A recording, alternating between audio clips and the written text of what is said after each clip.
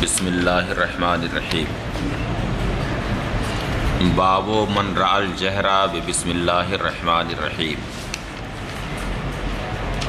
یہ باب ہے ان لوگوں کے بیان میں جو تسمیہ میں جہر کے قائل ہیں۔ اس کے تعلق سے کل یہ بیان ہوا کہ اس اختلاف کی بنیاد اصل میں اس پر ہے کہ تسمیہ یہ سورہ فاتحہ کا جز ہے یا نہیں۔ تو امام شافعی رحمۃ اللہ تعالی علیہ کے نزدیک چونکہ یہ سورہ فاتحہ کا جز ہے، اس لیے سورہ فاتحہ جیسے پڑھی جائے اسی طرح سے تسمیہ بھی پڑھیں گے۔ جہرن اگر سورہ فاتحہ پڑھیں تو اس میں بھی جہر کرنا ہے، اور اس میں اگر سر کریں تو اس میں بھی سر کرنا ہے۔ جبکہ امام ابو حنیفہ رحمۃ اللہ تعالی علیہ کے نزدیک یہ سورہ فاتحہ کا جز نہیں، بلکہ مستقلاً دو سورتوں کے درمیان فصل کے لیے ہر سورت کے شروع میں سوائے سورہ توبہ کے تسمیہ کا نزول ہوا ہے۔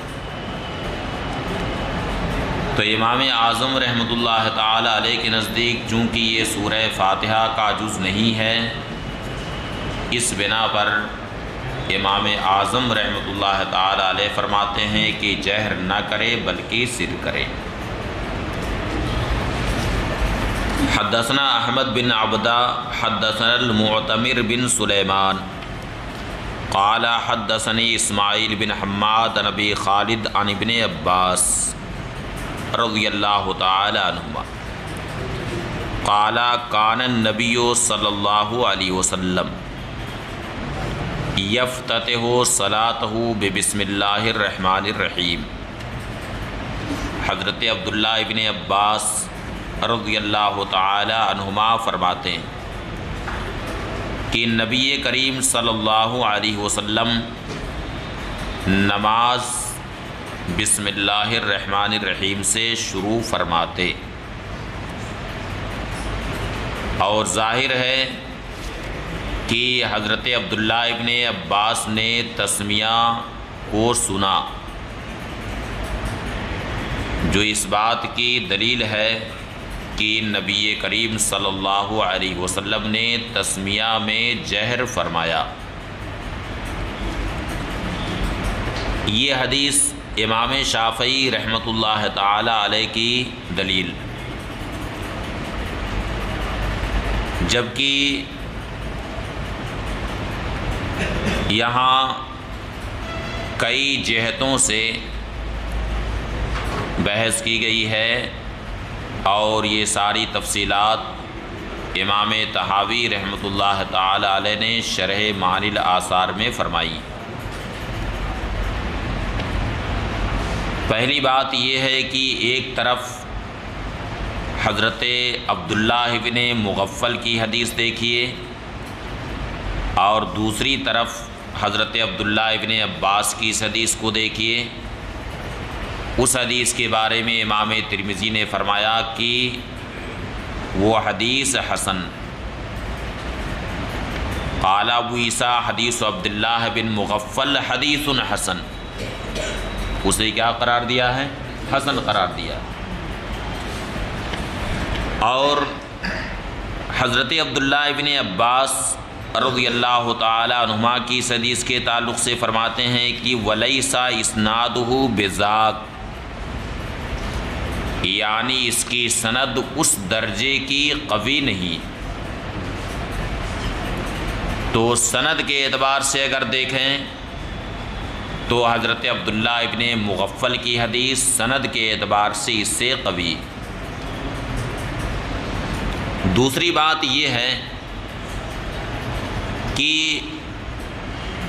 اس حدیث شریف میں اس بات کا کوئی ذکر نہیں ہے کہ حضرت عبداللہ ابن عباس نے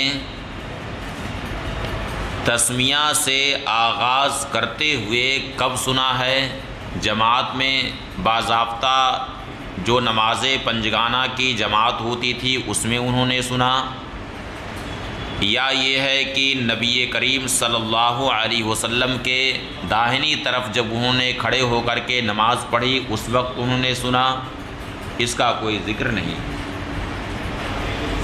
اب اگر کوئی امام کے بغل میں کھڑا ہے، اس کے داہنی طرف کھڑا ہے اور امام آہستہ سے تسمیہ پڑھے تو بغل میں کھڑا ہونے والا تو جان ہی لے گا کہ تسمیہ انہوں نے پڑھی، جان لے گا کہ نہیں؟ یا یہ ہے کہ صف اول میں امام کے قریب میں بھی اگر کھڑا ہو تو بھی ایسا ہوتا ہے کہ امام نے تعوذ اور تسمیہ پڑھا تو قریب میں رہنے والا سن لیتا ہے کہ امام نے تعوذ و تسمیہ پڑھا، سن لیتا ہے کہ نہیں؟ اور بالفرض اگر یہ ثابت بھی ہو کہ نبی کریم صلی اللہ علیہ وسلم نے تسمیہ میں جہر فرمایا تو یہ محمول ہے تعلیم پر، تاکہ صحابہ کرام کو معلوم ہو جائے، امت کو یہ معلوم ہو جائے کہ تسمیہ شروع میں پڑھنا یہ سنت، تو اگر جہر ثابت بھی ہو تو یہ محمول ہے تعلیم پر۔ امام ترمذی فرماتے ہیں وقد قال بہذا عدۃ من اہل العلم، یہی قول ہے متعدد اہل علم کا صحابہ کرام میں، جن میں حضرت ابو ہریرہ، عبداللہ ابن عمر، عبداللہ ابن عباس، عبداللہ ابن زبیر اور ان کے بعد تابعین کا یہ قول ہے، یہ حضرات تسمیہ میں جہر کے قائل ہیں۔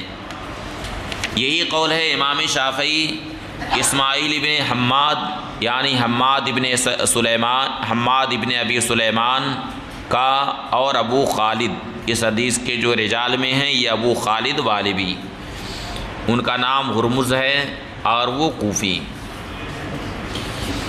باب فی افتتاح القراءۃ بالحمد للہ رب العالمین، یہ باب ہے الحمد للہ رب العالمین سے قراءت شروع کرنے کے بیان میں،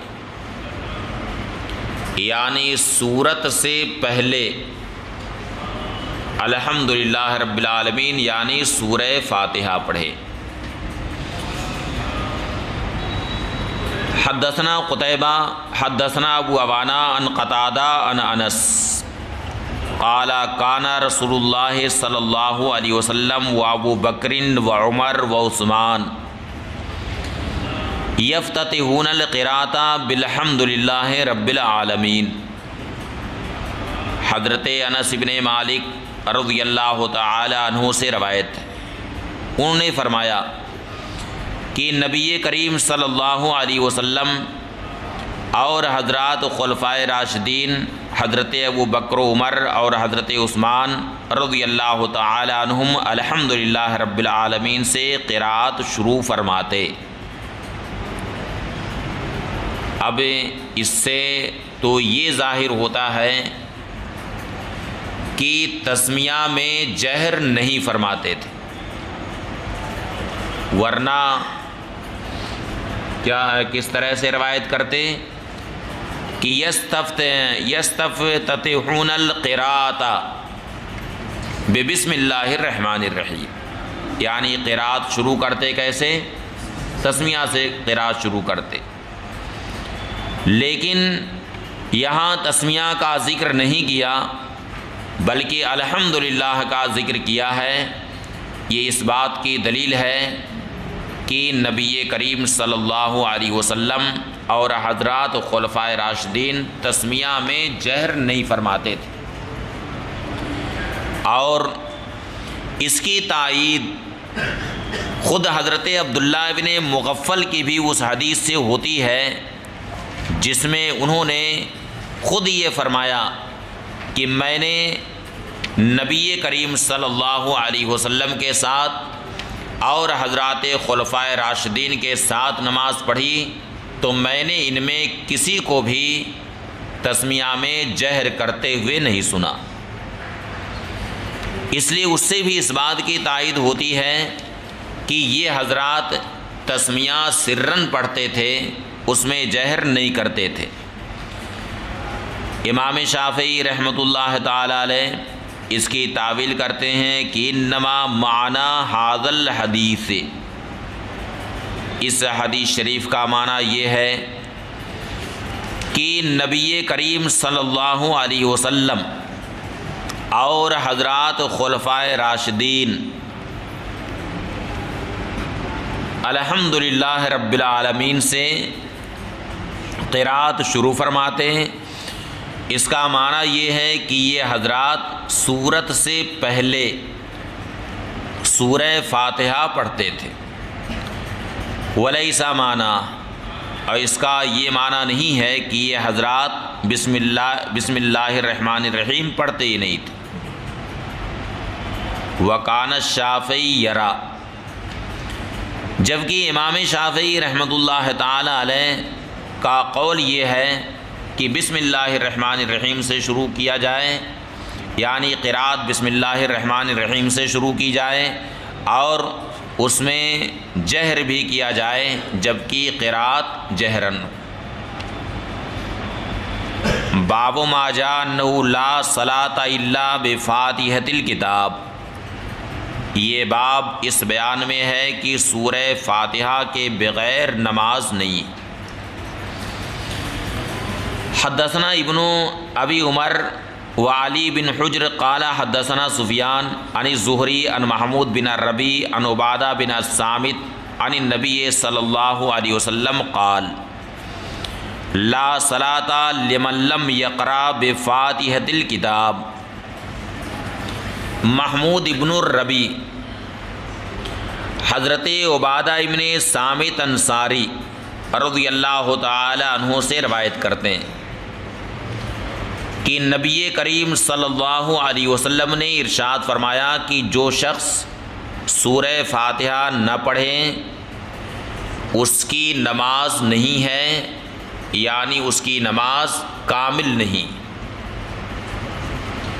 اس پر گفتگو کل ہو چکی ہے کہ یہ نفی صحت پر محمول نہیں ہے، بلکہ یہ نفی کمال پر محمول، اور اس وجہ سے تاکہ دو حدیثوں کے درمیان تعارض پیدا نہ ہو، چنانچہ آگے صفت نماز کے تعلق سے امام ترمذی نے جو باب باندھا ہے اس میں ایک حدیث شریف ہے جس میں اس بات کا بیان ہے کہ نبی کریم صلی اللہ علیہ وسلم نے نماز کی تعلیم دی، تو وہاں یہ ارشاد فرمایا کہ قرآن کریم سے جو تمہیں آسان ہو وہ پڑھو۔ تو اب اگر خاص سورہ فاتحہ کی تعیین کر دی جائے تو ان دونوں حدیثوں کے درمیان تعارض پیدا ہوگا، اس لیے تطبیق کی صورت یہ ہے کہ یہاں پر نفی کو نفی صحت پر محمول نہ کیا جائے، بلکہ اس سے نفی کمال مراد لیں، یعنی جو سورہ فاتحہ نہ پڑھے تو اس کی نماز کامل نہیں، یعنی سورہ فاتحہ کے علاوہ اور اس نے کوئی سورت پڑھ دی، قرات کا فرض ادا کر دیا، تو نماز تو اس کی یعنی فرض ذمے سے ساقط ہوگا، البتہ ترک واجب کی وجہ سے نماز اس کی واجب الادا ہوگی۔ حدثنا ابن ابی عمر، فی الباب، اس باب میں حضرت ابو ہریرہ، ام المومنین عائشہ صدیقہ، انس بن مالک، ابو قتادہ اور عبداللہ بن عمرو رضی اللہ تعالی عنہم سے روایت۔ امام ترمذی فرماتے ہیں کہ حضرت عبادہ کی حدیث حسن صحیح ہے اور اکثر اہل علم کے نزدیک اسی پر عمل ہے۔ صحابہ کرام میں جن میں سیدنا عمر بن الخطاب، سیدنا جابر بن عبداللہ، سیدنا عمران بن حسین رضی اللہ تعالی عنہم اور ان کے علاوہ دیگر صحابہ قالوا فرماتے ہیں لا تجزی صلاۃ الا بقراءۃ فاتحۃ الکتاب، سورہ فاتحہ کے بغیر نماز صحیح نہیں۔ یہی قول ہے امام ابن المبارک، امام شافعی، امام احمد ابن حنبل اور امام اسحاق ابن راہویہ کا۔ باب ما جاء فی التامین، یہ باب ہے آمین کہنے کے بیان میں۔ اس میں کوئی اختلاف نہیں کہ آمین کہنا یہ سنت ہے، اس میں کوئی اختلاف نہیں اس کی سنیت میں، یعنی سورہ فاتحہ سے فارغ ہونے کے بعد آمین کہنا سنت، اس کی سنیت میں ہاں کوئی اختلاف نہیں ہے۔ البتہ افضل کیا ہے، یعنی جہر کرنا افضل ہے یا سر کرنا افضل، اس میں اختلاف ہے کہ افضل اور اولا کیا ہے۔ تو امام ابو حنیفہ رحمۃ اللہ تعالی علیہ کا مذہب ہے کہ افضل اخفاء، افضل یہ ہے کہ آمین آہستہ سے کہیں، جبکہ امام شافعی رحمۃ اللہ تعالی علیہ کا مذہب ہے کہ افضل کیا ہے، جہر، افضل و اولا یہ ہے کہ بلند آواز سے آمین کہیں۔ تو یہ اختلاف جواز اور عدم جواز کا نہیں ہے، بلکہ اختلاف افضلیت کا ہے کہ افضل کیا، تو کوئی بڑا اختلاف تو ہے نہیں، بس یہی اتنا اختلاف ہے کہ افضل کیا ہے، اخفا ہے یا جہر۔ اس بارے میں جہاں تک احادیث کی بات ہے تو احادیث دونوں مضمون کی، اخفا کی بھی ہے اور جہر کی بھی، بلکہ محدثین یہاں تک فرماتے ہیں کہ دونوں اپنی اپنی جگہ پر صحیح، دونوں حدیثیں اپنی اپنی جگہ پر صحیح، لیکن احناف کا مذہب ہے کہ افضل یہ ہے کہ آمین میں اخفا کرے، اور اس سلسلے میں امام ابو حنیفہ رحمۃ اللہ تعالی علیہ کا منہج یہ ہے، بلکہ اور بھی مسائل میں ان کا منہج ہے کہ انا نقدم العمل بکتاب اللہ ثم بسنت رسول اللہ صلی اللہ علیہ وسلم ثم باقضیت الصحابہ، یعنی ہم پہلے کتاب اللہ پر عمل کرتے ہیں، پھر اس کے بعد سنت رسول صلی اللہ علیہ وسلم پر عمل کرتے ہیں، پھر اس کے بعد اقوال صحابہ پر ہم عمل کرتے ہیں، اور اقوال صحابہ میں بھی ہم دیکھتے ہیں کہ مقدماً متفقوا علیہ علی ما اختلفوا فیہ، یعنی صحابہ کرام کا اگر کسی میں اختلاف ہے تو ہم یہ دیکھتے ہیں کہ اتفاق کس پر ہے، تو جس پر صحابہ کرام کا اتفاق ہوتا ہے ہم متفق علیہ کو مختلف فیہ پر مقدم رکھتے۔ اور ایک موقع پر اور فرمایا کہ ما جاءنا عن الصحابۃ فعلی الراس والعین وما جاءنا عن التابعین فهم رجال ونحن رجال، یعنی جو اقوال صحابہ ہم تک آئے ہیں وہ ہمارے سر اور ہماری آنکھوں پر ہیں، ہم انہیں تسلیم کرتے ہیں، لیکن جو یہ اقوال تابعین ہیں تو اقوال تابعین کو ہم اپنے اوپر حجت نہیں مانتے ہیں، اس لیے کہ وہ اگر مرد میدان ہیں تو ہم بھی مرد میدان ہیں، ہم ان کے اقوال کو اپنے اوپر حجت تسلیم نہیں کرتے۔ ہم رجال ونحن رجال، وہ مرد ہیں تو ہم بھی مرد ہیں۔ اب آمین کے تعلق سے یہ غور کرنے کی ضرورت ہے کہ آمین کا معنی کیا ہے۔ تو سارے اہل لغت یہ کہتے ہیں کہ آمین یہ دعا کا کلمہ ہے۔ یہ کیا ہے؟ دعا کا کلمہ۔ اس کا معنی ہے استجب دعانا، یعنی یا اللہ ہماری دعا کو قبول فرما۔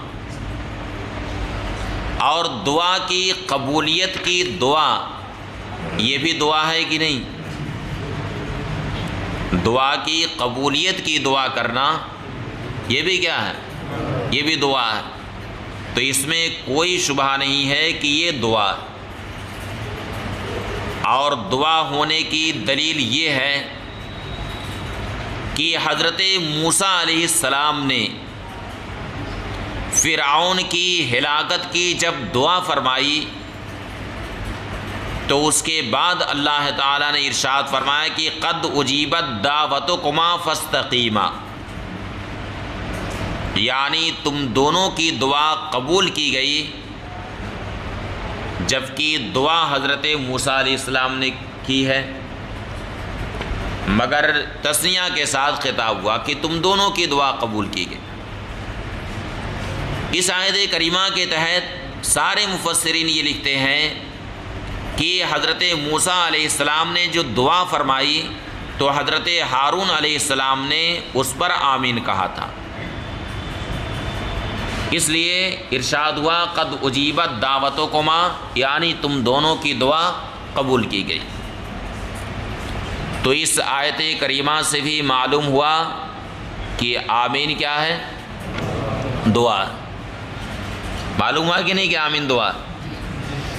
اور دعا میں اصل اخفاء، قرآن کریم میں ارشاد ہوا ادعوا ربکم تضرعا وخفیہ، یعنی اپنے رب سے گڑ گڑا کر کے اور آہستہ سے دعا کرو۔ تو دعا میں اصل اخفاء اور آمین بھی دعا ہے، اس لیے اس میں بھی اصل یہ ہے کہ اخفاء کیا جائے۔ اور امام ابو حنیفہ رحمۃ اللہ تعالی علیہ نے جو یہ کتاب اللہ سے پہلے استدلال کیا ہے، پھر اس کے بعد سنت رسول صلی اللہ علیہ وسلم سے استدلال کیا، یہ اصل میں وہی طریقہ ہے جو حضرت معاذ بن جبل انصاری رضی اللہ تعالی عنہ کی حدیث سے ماخوذ اور منقول ہے۔ چنانچہ نبی کریم صلی اللہ علیہ وسلم نے حضرت معاذ بن جبل انصاری کو جب یمن کا قاضی بنا کر کے بھیجا تھا تو ان سے ارشاد فرمایا تھا کہ بما تقضی یا معاذ، اے معاذ تم فیصلہ کیسے کرو گے؟ تو حضرت معاذ نے عرض کیا تھا اقضی بکتاب اللہ، میں کتاب اللہ سے فیصلہ کروں گا۔ پھر نبی کریم صلی اللہ علیہ وسلم نے ارشاد فرمایا فَإِن لَّمْ تَجِدْ، یعنی تمہارے سامنے کوئی ایسا مسئلہ آ جائے جو کتاب اللہ میں تم نہ پاؤ، یہ نہیں فرمایا کہ نہ ہو، کیا فرمایا؟ نہ پاؤ، تو عرض کیا کہ فاقضی بسنت رسول اللہ صلی اللہ علیہ وسلم، اس وقت میں سنت رسول صلی اللہ علیہ وسلم سے فیصلہ کروں گا۔ پھر ارشاد فرمایا فَإِن لَّمْ تَجِدْ، تو انہوں نے عرض کیا اجتہد برائی، اس وقت میں اپنی رائے سے اجتہاد کروں گا۔ تو حضرت معاذ بن جبل نے جو ترتیب بارگاہ رسالت میں عرض کی ہے کہ میں پہلے کتاب اللہ میں مسئلے کا حل ڈھونڈوں گا، اس میں اگر مجھے نہ ملا تو میں سنت رسول صلی اللہ علیہ وسلم میں مسئلے کا حل ڈھونڈوں گا، اس کے بعد ہی میں اجتہاد اور قیاس کروں گا۔ یہ ترتیب جو انہوں نے بارگاہ رسالت میں عرض کی تو نبی کریم صلی اللہ علیہ وسلم نے اس پر خوشی کا اظہار فرمایا اور ارشاد فرمایا الحمدللہ الذی وفق رسول رسولہ لما یحب یرضا، یعنی اللہ کا شکر ہے کہ اس نے اپنے رسول کے فرستادہ کو اسی کی توفیق عطا فرمائی جو اللہ چاہتا ہے اور جس سے اللہ راضی۔ تو امام ابو حنیفہ نے جو اپنا منہج بیان کیا ہے وہ اصل میں اس حدیث شریف سے ماخوذ۔ تو آمین کے تعلق سے امام ابو حنیفہ رحمۃ اللہ تعالی علیہ نے جو اخفاء کا قول کیا ہے اس میں اصلی استدلال امام ابو حنیفہ رحمۃ اللہ تعالی علیہ نے قرآن حکیم سے کیا. سمجھ گئے؟ اب دیکھیے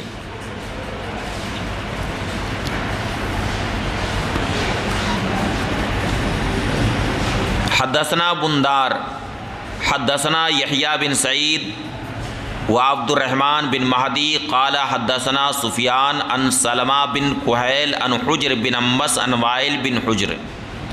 یہ ساری گفتگو سند ہی پر ہے، اس لیے اس سند کو خوب ذہن میں بیٹھا لیجیے. حدثنا سفیان عن سلمہ بن کہیل عن حجر بن انبس عن وائل بن حجر رضی اللہ تعالیٰ عنہ. وہ فرماتے ہیں کہ میں نے نبی کریم صلی اللہ علیہ وسلم سے سنا کہ حضور اقدس صلی اللہ علیہ وسلم جب سورہ فاتحہ سے فارغ ہوئے تو فرمایا آمین و مد بہا صوتہ. وائل ابن حجر کیا کہتے ہیں؟ قال آمین و مد بہا صوتہ، یعنی حضور نے آمین کہا اور اس میں آواز، حنفی ترجمہ ہوگا آواز دراز فرمائی، یعنی آمین میں حضور نے مد کیا. کیا کیا؟ مد کیا، یعنی مد کے ساتھ کہا آمین، قصر نہیں کیا، یعنی امین نہیں کہا. یہ توجیہ و تعویل کس کے اعتبار سے ہے؟ احناف کے لحاظ سے. بہت دھیان سے آپ لوگ سنیے گا ساری بحثیں. ابھی اور آگے چلیے. وفی الباب، اس باب میں حضرت علی، حضرت ابو ہریرہ رضی اللہ تعالی عنہما سے روایت. امام ترمذی فرماتے ہیں کہ حضرت وائل ابن حجر کی حدیث حسن ہے، اور یہی قول ہے بہت سارے اہل علم کا، صحابہ کرام اور تابعین میں، اور تابعین کے بعد وہ اس بات کے قائل ہیں کہ آدمی آمین میں آواز بلند کرے ولا یخفیہا، اور اخفا نہ کرے. یہ قول ہے امام شافعی، امام احمد ابن حنبل اور امام اسحاق ابن راہویہ کا. تو یہ اوپر والی حدیث کن کی ہے؟ کن کی ہے؟ اس کی روایت سفیان ثوری نے کیسے کی ہے؟ ان سلمہ بن کہیل ان حجر بن انبس ان وائل بن حجر. یہ نہ رجال ہیں اس حدیث کے، یہ راوی ہیں. اب سنیے. اور امام شعبہ نے اسی حدیث کی روایت کی ہے، یعنی حضرت وائل ابن حجر کی جو حدیث ہے اس کی روایت جیسے سفیان ثوری نے کی ہے اسی طرح سے کس نے کی ہے؟ شعبہ نے بھی کی. تو شعبہ نے کی ہے کس طرح سے؟ ان سلمہ بن کہیل ان حجر ابی الانبس ان علقمہ بن وائل ان ابیہ. دیکھیے سند میں کچھ فرق ہے. کیا فرق ہے؟ ان سلمہ بن کہیل ان حجر ابی الانبس ان علقمہ بن وائل ان ابیہ. علقمہ ابن وائل کے والد وہی حضرت وائل ابن حجر. اس کے بعد پھر انہوں نے اس پوری حدیث شریف کی روایت کی. اس میں دیکھیں آخر میں ہے کہ قال آمین و خفض بہا صوتہ. امام شعبہ نے کیا کہا؟ خفض بہا صوتہ. تو امام سفیان ثوری اس حدیث شریف کی روایت کرتے ہیں تو انہوں نے کیا کہا؟ مد بہا صوتہ. اور شعبہ نے کیا کہا؟ خفض بہا صوتہ. حدیث ایک ہے، واقعہ ایک ہے، اور ان دونوں محدثین کے درمیان شدید اختلاف ہے. سفیان ثوری نے مد بہا صوتہ کہا اور شعبہ نے خفض بہا صوتہ کہا. جبکہ شعبہ بھی امیر المومنین فی الحدیث ہیں اور سفیان ثوری بھی امیر المومنین فی الحدیث. دونوں بالکل ایک درجے کے ہیں اور ان دونوں میں شدید اختلاف ہے۔ ایک امیر المومنین فی الحدیث کیا کہہ رہے ہیں؟ مد بہا صوتہ، اور دوسرے کیا کہہ رہے ہیں؟ خفض بہا صوتہ۔ اب اس کے تعلق سے اب آگے سنیے امام ترمذی کیا کہتے ہیں۔ قال ابو عیسیٰ، امام ترمذی فرماتے ہیں کہ سمعت محمد یقول، میں نے امام بخاری سے سنا، وہ فرماتے ہیں حدیث سفیان اصح من حدیث شعبہ فی ھذا، اس باب میں سفیان ثوری کی حدیث شعبہ کی حدیث سے زیادہ صحیح، یعنی مد بہا صوتہ والی حدیث یہ زیادہ صحیح۔ کون کہہ رہے ہیں؟ امام بخاری کہہ رہے ہیں۔ کیوں زیادہ صحیح ہے؟ امام بخاری فرماتے ہیں کہ اخطا شعبہ فی مواضع، امام شعبہ سے کئی جگہ خطا ہوئی ہے، اس میں ایک خطا نہیں ہوئی ہے بلکہ کئی جگہ خطا ہوئی ہے۔ کیا کیا خطا ہوئی ہے؟ فقال، پہلی خطا یہ ہوئی ہے کہ امام شعبہ نے عن حجر ابی لمبس کہا۔ کیا کہا ہے؟ عن حجر ابی لمبس کہا ہے، جبکہ کیا ہے؟ عن حجر ابن لمبس۔ پھر اس کے بعد امام وَإِنَّمَا هُوَ حجر ابن لمبس، جبکہ وہ حجر ابی لمبس نہیں ہے، حجر ابو لمبس نہیں ہے، بلکہ وہ کون ہے؟ حجر ابن لمبس۔ دوسری خطا یہ ہوئی کہ امام شعبہ نے حجر کی کنیت ابو الانبس ذکر کی ہے، جبکہ ان کی کنیت ابو الانبس نہیں ہے بلکہ ان کی کنیت ابو السکن، وَيُكَنَّى ابو السکن، ان کی کنیت کیا ہے؟ ابو السکن۔ یہ دوسری خطا ہوئی۔ تیسری خطا وَزَادَ فِيهِ عَنْ علقمہ بن وائل، اور امام بخاری اور امام شعبہ نے اس میں عن علقمہ بن وائل کا اضافہ کیا، اس میں عن علقمہ بن وائل کی زیادت کی ہے، وَلَيْسَ فِي عن علقمہ، جبکہ عن علقمہ نہیں ہے۔ وَإِنَّمَا هُوَ حجر بن انبس، جبکہ حجر بن انبس نے براہ راست وائل ابن حجر سے روایت کی۔ کتنی خطائیں ہو گئیں؟ 3 خطا ہوئی۔ وقال، اور شعبہ نے کیا کہا؟ خفض بہا صوتہ، کیا کہا؟ خفض بہا صوتہ، جبکہ کیا ہے؟ مد بہا صوتہ۔ یہ 4 خطائیں امام شعبہ سے اس حدیث میں ہوئی ہے۔ یہ کون کہہ رہے ہیں؟ امام بخاری کہہ رہے ہیں۔ ہمارے ائمہ احناف نے امام بخاری کے ان تمام اعتراضات کے جوابات دیے، اس لیے گھبرانے کی کوئی ضرورت نہیں۔ امام بخاری نے جو یہ فرمایا کہ شعبہ سے خطا ہوئی، یہ ہے ان کا دعویٰ بلا دلیل۔ جب تک کہ کوئی دلیل اس بات پر قائم نہ ہو کہ شعبہ سے خطا ہوئی ہے، اس وقت تک یہ دعویٰ بالکل ناقابل تسلیم۔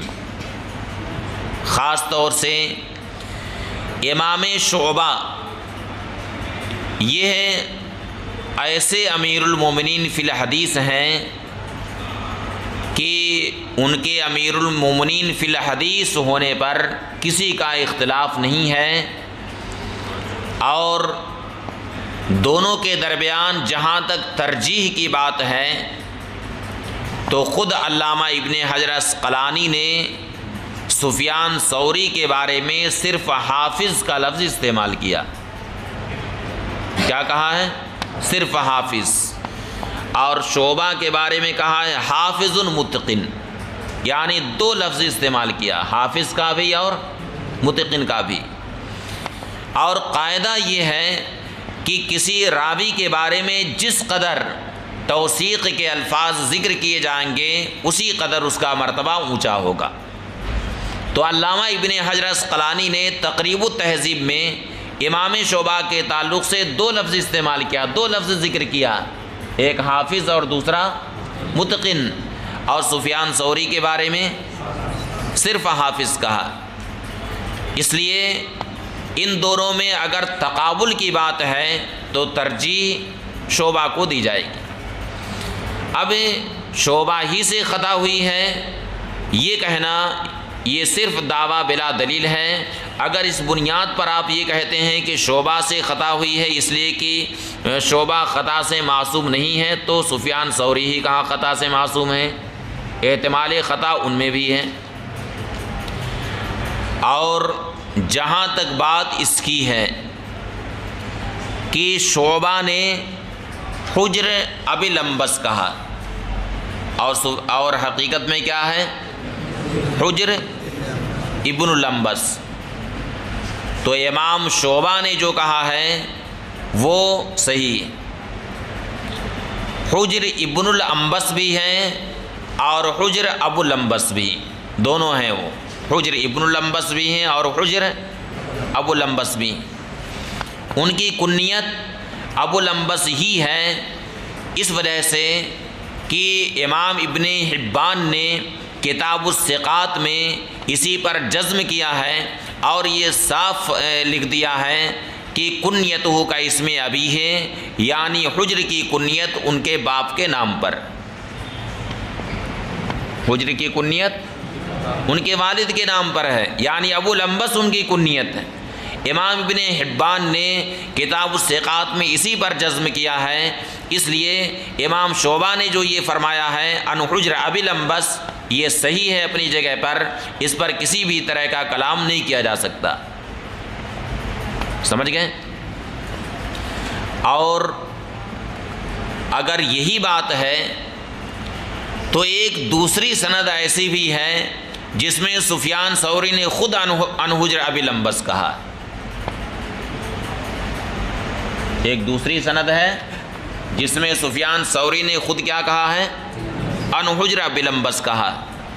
اس لیے امام بخاری کا یہ اعتراض یہ بالکل ہی ناقابل تسلیم ہے۔ اور رہی یہ بات کہ ان کی کنیت ابو السکن تھی، تو اس سے یہ کہاں لازم آتا ہے کہ ان کی دوسری کنیت نہ رہی، یہ ہو سکتا ہے کہ ان کی کنیت ابو السکن بھی ہو اور ان کی کنیت ابو الانبس بھی رہی ہو۔ چنانچہ کتنے ایسے لوگ ہیں جن کی کئی کنیتیں تھیں، مثلا حضرت عبداللہ ابن مسعود رضی اللہ تعالیٰ عنہ کی ایک کنیت ابن مسعود تھی، ایک کنیت ابن ام عبد تھی اور ایک کنیت ابو عبد الرحمن تھی، 3 کنیت ان کی تھی۔ اسی طرح سے حضرت مولائے کائنات سیدنا علی مرتضیٰ رضی اللہ تعالیٰ عنہ کی ایک کنیت ابو الحسن تھی اور ایک کنیت ابو تراب تھی۔ تو ایسا ہو سکتا ہے کہ ان کی کنیت ابو السکن بھی ہو اور ساتھ ہی ساتھ ان کی کنیت ابو الانبس بھی ہو۔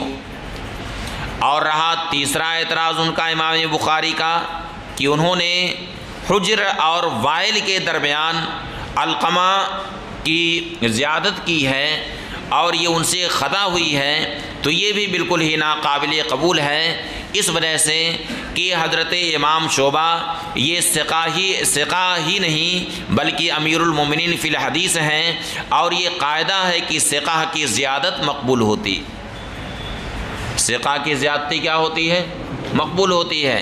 اس لیے اگر انہوں نے یعنی امام شعبہ نے حجر اور حضرت وائل ابن حجر کے درمیان ان علقمہ کا اضافہ کیا ہے، اس کی زیادتی کی ہے، تو اس سے کوئی فرق نہیں پڑتا، اس لیے کہ یہ ثقہ کی زیادتی ہے اور ثقہ کی زیادتی کیا ہوتی ہے، مقبول ہوتی۔